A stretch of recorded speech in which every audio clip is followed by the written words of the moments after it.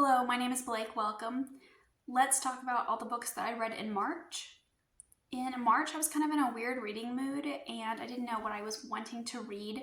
So I had picked up several different books and in different subgenres of fantasy, and I put down quite a few things, but these were the 5 that I managed to complete.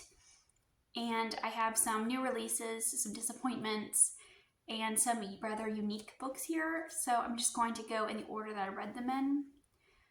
First up, I have this new release that is a fantasy romance, and I hate to start with a negative review. I hate to give negative reviews in general, but I really did not like this one, and that is Sanctuary of the Shadow by Aurora Ascher. In this book, we are following our main character, Harrow, who is a water elemental, and she lives in a traveling circus where she meets a boy who has been captured, and they both discover who they are and more about their past.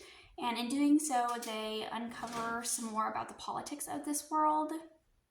I was initially really excited about this book because it does have some of my bookish buzzwords, being the circus and the elemental magic. But this book didn't have very much of either of that. I feel like the plot was very much non-existent. We had a lot of info dumps, and I as a fantasy reader don't mind info dumps, but I feel like they have to be done right, and our main character knew nothing about the magic or the world, so everything is just being dumped on her and therefore us. And it does a lot of telling and not showing. And I feel like we really didn't see anything about this world or the magic. And I thought it was going to be very politically intriguing, but I also found myself very disappointed on that front as well. And I had a lot of issues with the character development, with the relationship. It was very much a romance first, and I feel like the characters were very underdeveloped. It felt very insta-lovey, and I feel like the main focus was on the romance and especially the intimate moments between the characters, and I feel like everything else just fell to the wayside, and I was really disappointed in this one. Another new release that I have is Bride by Hazelwood. I ended up giving this one 3 stars. I had rather mixed feelings about it, and I definitely think I'm in the minority on that because I've heard nothing but positive reviews for this. I feel like starting out, this book had a lot of promise in the world building and the lore of the characters. I really liked that this was a political marriage, and I think that some of the topics and ideas in this book were very interesting for vampires and werewolves, but I feel like as the book progressed, I liked it less and less. I will say that I did like Misery and Lo as characters. I think that the dialogue between them, there were some really great moments there. And Misery is a very sarcastic character, which I also really appreciated. But there was a mystery subplot that I didn't really care for, and I do feel like their relationship was very rushed. And I just feel like I just wanted more chemistry in the relationship, because I didn't really feel any areas where they had very much in common. And then when we got to the 3rd act relationship conflict, which seems to exist in every romantic book, movie, whatever, and I absolutely hate it. And that was no different here. I feel like it was problematic for a couple of reasons. One, it didn't seem like Lo's character, which in my head Lo was like a young Rob Lowe. Like the entire time I read it out, that was all I saw. But I feel like it was very out of character for him to say some of these things or do some of these things in the 3rd act conflict. It didn't make a whole lot of sense because he was like, you've had your decisions made for you your whole life. I don't want to make decisions for you, but he ended up making a decision for her. So like it didn't track with that. And also I feel like it was based in miscommunication.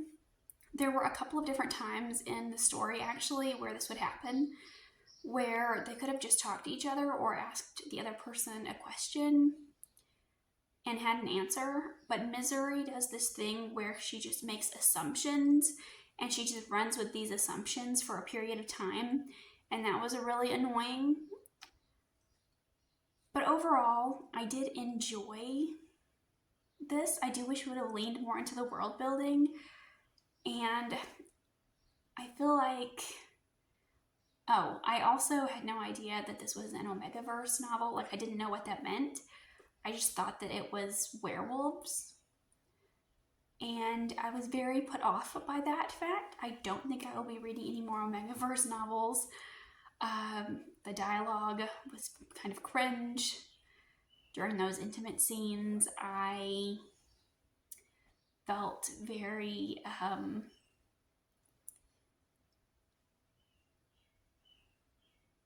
kind of grossed out. I guess that's the word I'm going to use. Can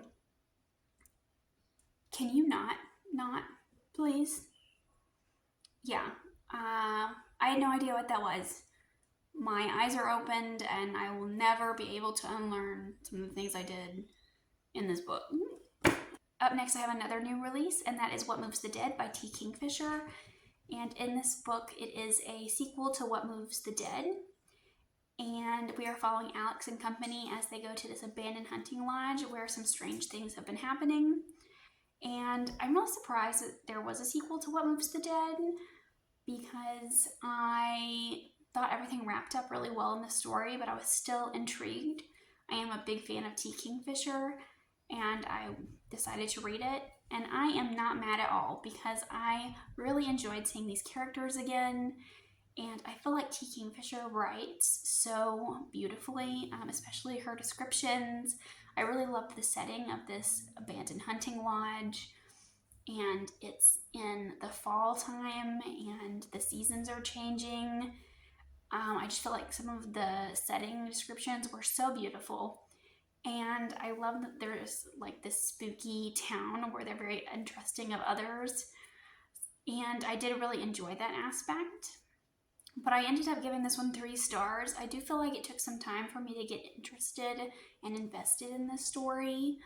I think that the spooky aspects were a bit rushed, and it didn't really start getting spooky until about halfway through. And I wish that things would have occurred a little earlier, or that we would have had a little more. But overall, I'm not mad I read it. It was a great time. Next up, I have Annihilation by Jeff Vandermeer. And this is a rather weird fantasy book. We are following a group of scientists as they go to explore Area X. And they're going there to log their discoveries. And that's really the only thing I think you need to know going into this. I will say I've had this on my TBR for a really, really long time, and I thought I was going to love it.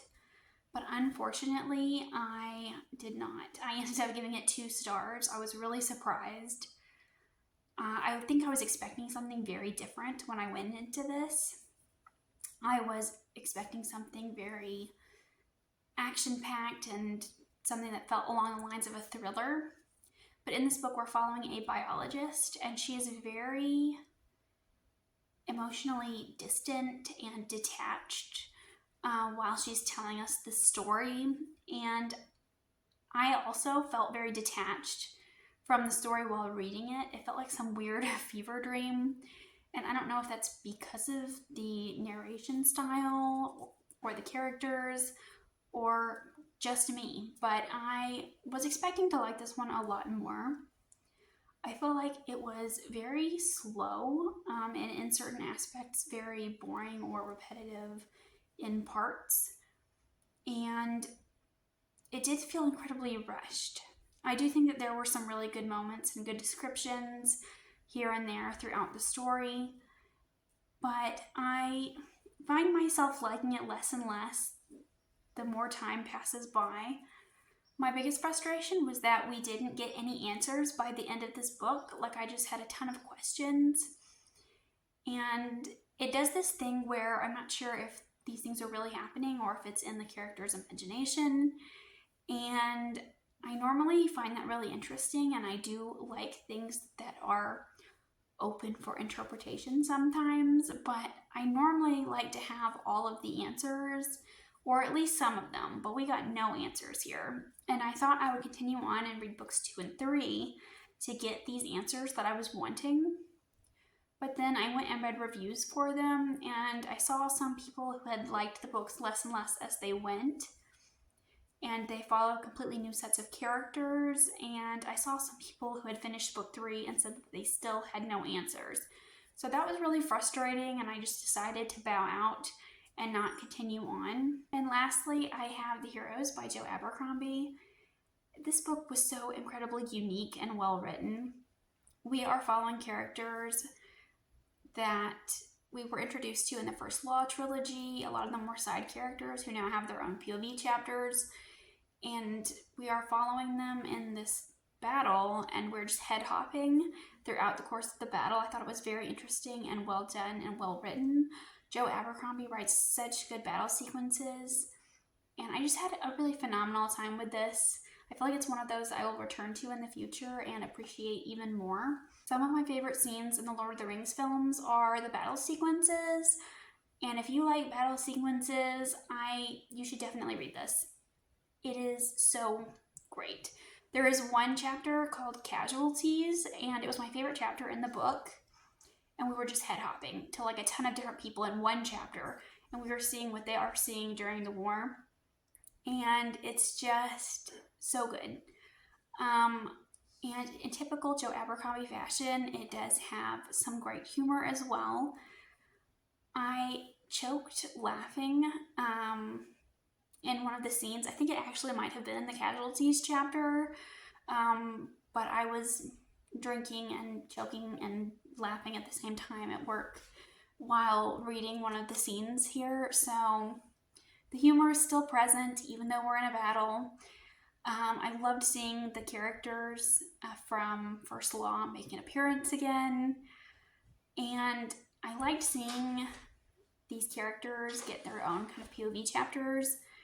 I will say, if I have any complaints about this, it's that we really don't spend a lot of time with any character in particular. So I feel like I didn't love them as much as the First Law characters. I feel like I wasn't as attached to them. And we spend so much time head hopping that I didn't feel particularly drawn to anyone. Let me know if you've read any of these, because I would love to know. And I'll see you again with another video soon. Thanks for watching. Bye.